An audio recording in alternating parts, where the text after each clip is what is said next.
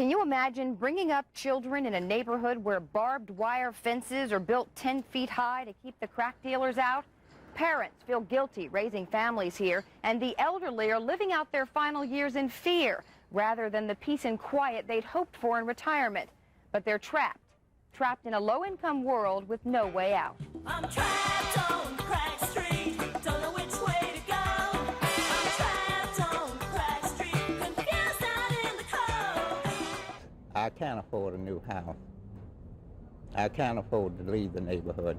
No way out of here. There's no money, no jobs, no nothing. I've been very happy here. I'm no longer happy here. We want to get out of here real bad, but we can't get out.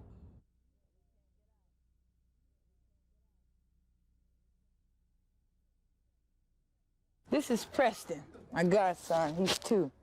I don't want him to be afraid. I don't want him to be trapped living in a place like this. It's a place in West Broward where Vanessa Terry and her children see more than their share of violence.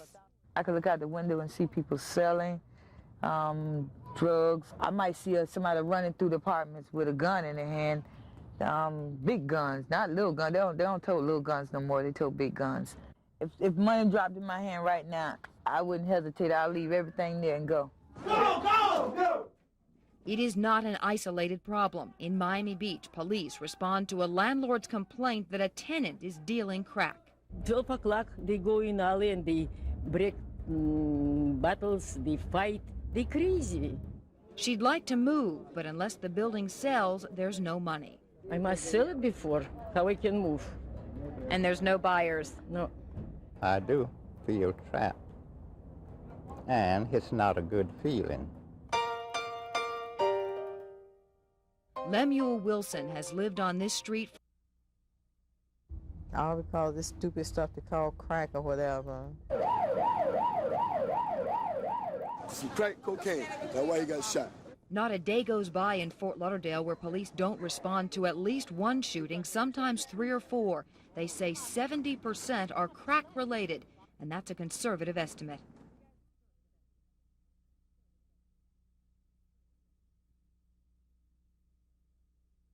I have no sympathy, none whatsoever, for an individual laying here in the gutter that's had his head blown away because he was out here ripping somebody off for their crack or trying to buy crack or sell crack. I mean, I guess that's, you know, one of the hazards of his job. But more and more, Homicide Sergeant George Hurt is called out on shootings where innocent people are caught in the crossfire. You know, if you're willing to shoot somebody you know for your next crack or your next rock, you're damn willing to shoot anybody that gets in your way. 9-year-old Isaac Holton got in the way of a shootout over crack. A bullet penetrated his lung and lodged within centimeters of his heart. Isaac survived, but he will be scarred physically and emotionally for the rest of his life. I think it's going to go away, but some people tell me that it's not. They tell me that it's going to stay on there until I die.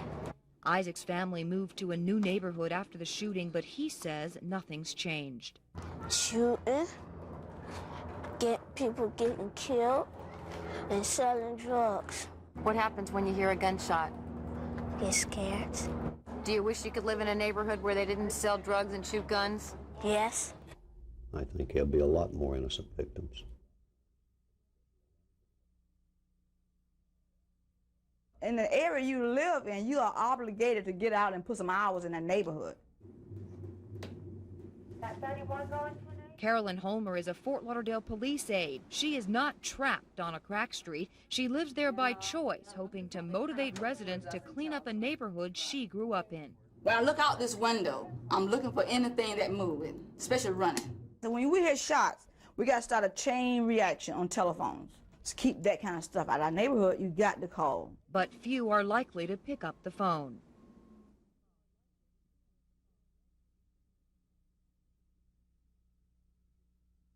And to get them to come forward and say, hey, I just saw so-and-so do this. It's like getting blood out of a turnip.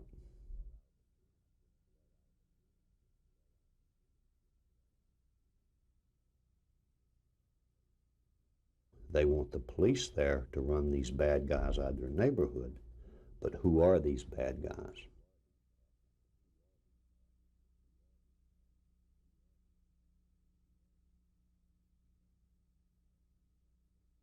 And don't dump on law enforcement for not putting a stop to it when you're the one that lives there and you're not willing to come forward and help too.